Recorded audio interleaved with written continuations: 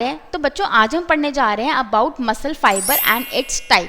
तो जल्दी से इस वीडियो को शुरू करते हैं। जहां नहीं समझ आए वहीं पे वीडियो को रोक के मुझसे कमेंट में वो डाउट वहीं के वहीं पूछ लेना। तो जल्दी से आप शुरू करते हैं अपना ये लेक्चर आज का।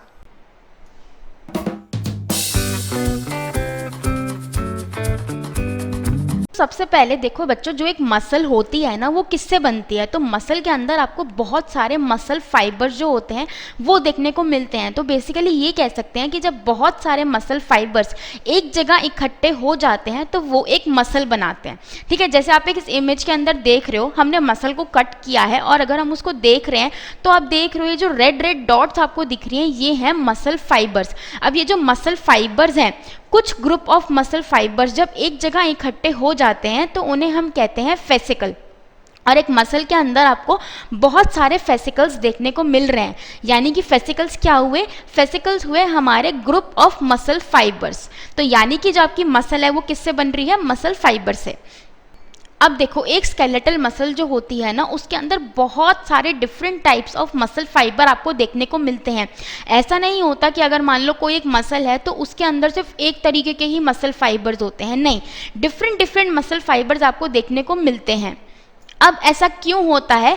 ताकि जो एक मसल है या फिर जो एक इंडिविजुअल है वो वाइड वैरायटी ऑफ काम कर सके। जैसे कोई काम होता है जहाँ पे हमें बहुत एकदम ज़्यादा एनर्जी की ज़रूरत होती है, कोई काम होता है वहाँ पे हमें इतनी मसल की एनर्जी या रिक्वायरमेंट नहीं चाहिए होती। Depending upon the work we are doing हम इतना डिफरेंट डिफरेंट काम करते हैं। तो अगर एक मसल के अंदर सिर्फ एक ही फाइबर होगा या हर मसल के अंदर सिमिलर फाइबर आपको देखने को मिलेंगे तो फिर हम सिर्फ एक ही तरीके का काम कर पाएंगे। बट हम क्या है, हम तो अलग अलग तरीके के काम करते हैं, तो इसलिए जो मसल फाइबर्स हैं वो भी अलग अलग होते हैं।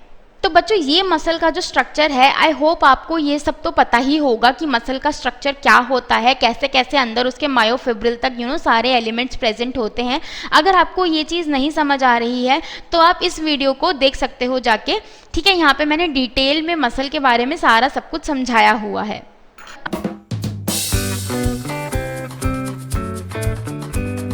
अब बात करते हैं बच्चों टाइप्स ऑफ मसल फाइबर। तो देखो, मसल फाइबर जो हैं, जैसा मैंने आपको कहा था कि डिफरेंट डिफरेंट मसल फाइबर्स आपको अपनी मसल के अंदर देखने को मिलते हैं। तो ब्रॉडली इनको हम टू टाइप्स में कैटेगराइज करते हैं, type 1 muscle fibre and type 2 muscle fibre. फिर टाइप 2 मसल फाइबर जो होता है उसको फर्दर हम दो में क्लासीफाई कर रहे हैं, type 2A and type 2B muscle fibre. तो यहाँ पे आप देख रहे हो इमेज के अंदर slow Twitch fibre and fast Twitch fibre, यानी कि इनमें से एक है टाइप 1 और एक है टाइप 2। तो ये जो आपको बहुत ज़्यादा रेड कलर का दिख रहा है स्लो ट्विच, ये है आपका टाइप 1 मसल फाइबर। और जो थोड़ा वाइटिश पेल से आपको एलिमेंट जिसमें ज़्यादा दिख रहे हैं फास्ट ट्विच, ये है आपका टाइप 2 मसल फाइबर।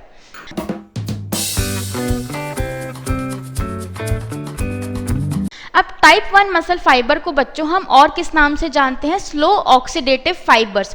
तो अगर कहीं पे आपको SO फाइबर्स लिखा मिल जाए तो इसका क्या मतलब हुआ कि हम टाइप 1 मसल फाइबर के बारे में बात कर रहे हैं। अब इनके कुछ कैरेक्टरिस्टिक्स के बारे में बात करते हैं। इनको हम स्लो टोनिक फाइबर्स भी कहते हैं।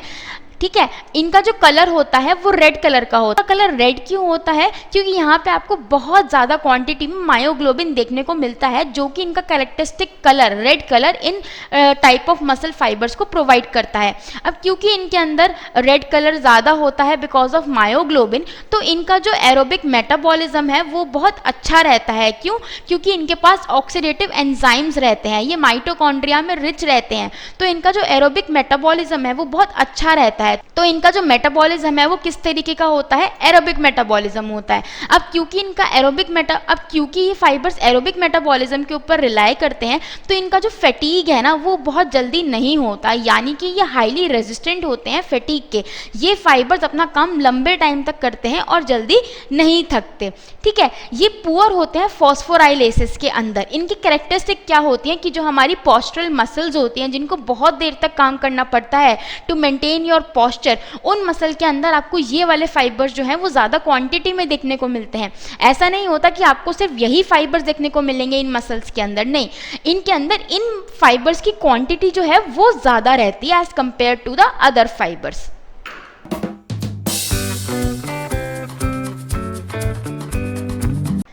अब बात करते हैं टाइप 2 मसल फाइबर की। तो टाइप 2 मसल फाइबर को बच्चों मैंने कहा था कि हमने फिर फर्दर दो में डिवाइड किया है, type 2A and type 2B।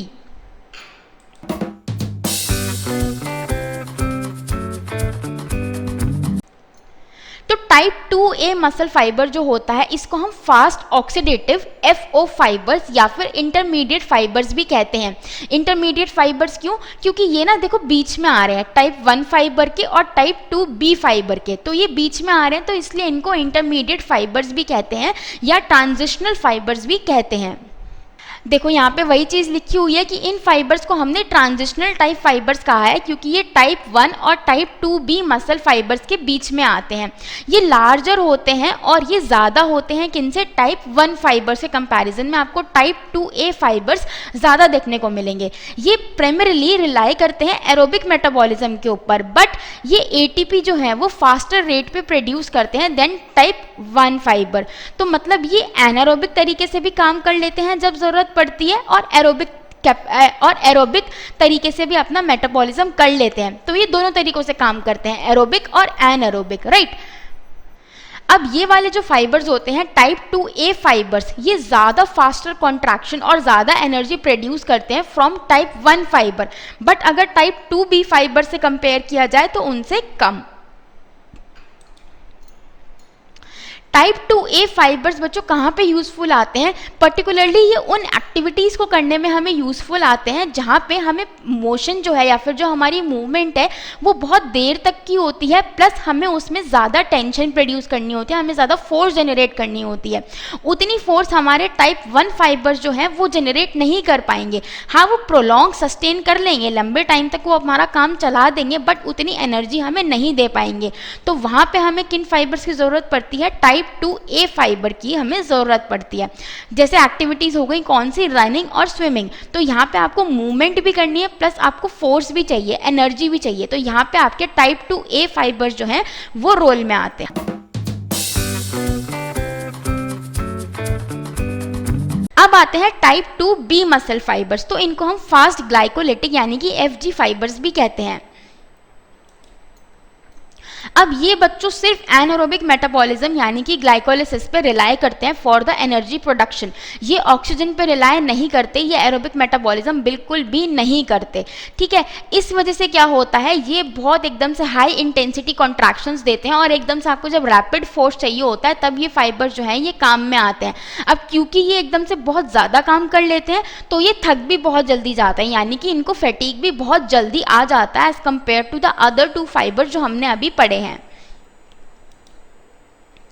अब ये जो टाइप 2B फाइबर्स होते हैं बच्चों, ये कहाँ पे काम आते हैं? जब आपको बहुत क्विक और बहुत फोर्सफुल मूवमेंट करनी हो, जैसे आपको वेट लिफ्टिंग करनी होती है, तो जब आपको बहुत ही रैपिड पावर चाहिए और पावरफुल मसल कॉन्ट्रैक्शन चाहिए बहुत थोड़े टाइम ड्यूरेशन के लिए, तब आपके टाइप 2B फाइबर्स जो हैं वो काम में आते हैं।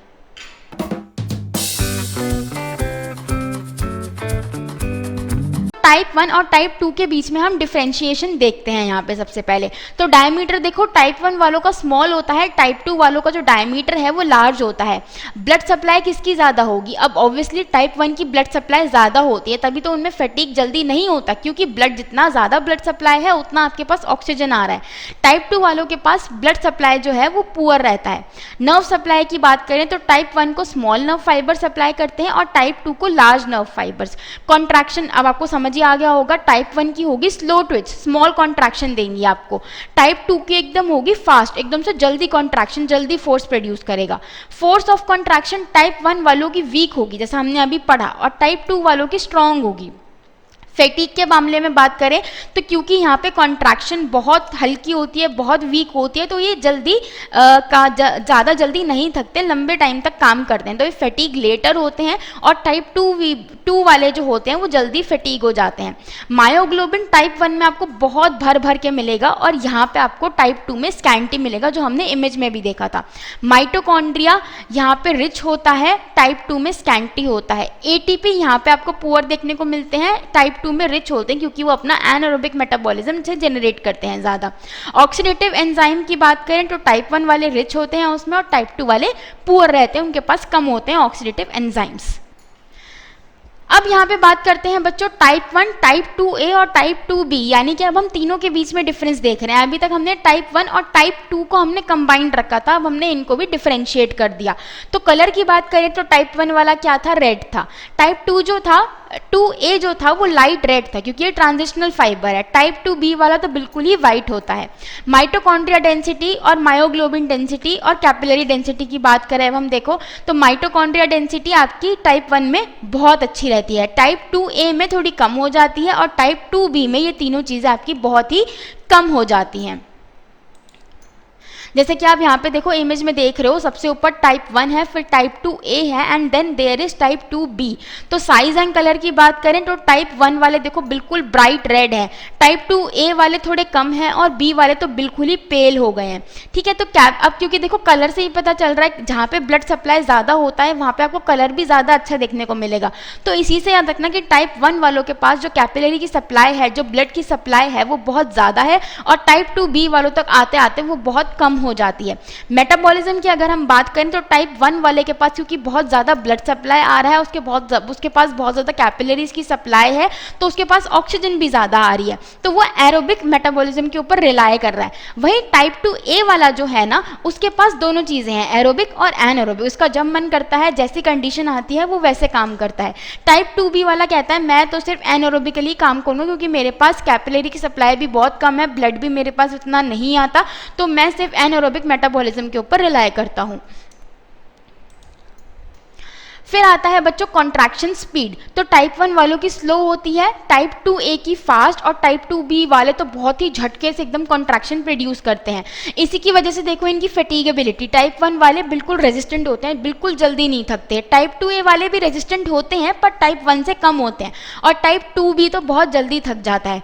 अब देखो मसल की टेंशन सबसे ज़्यादा कौन प्रोड्यूस कर रहा है, टाइप 2B, इसलिए वो थक भी ज़्यादा जल्दी रहा है। टाइप 2A वाला ठीक ठीक प्रोड्यूस करता है और टाइप 1 वाला तो बिल्कुल ही कम टेंशन प्रोड्यूस करता है। साइज़ की बात करें तो टाइप 1 का साइज़ फाइबर का जो साइज़ होता है वो रहता है स्मॉल, टाइप 2A का इंटरमीडिएट और टाइप 2B का होता है लार्ज साइज़।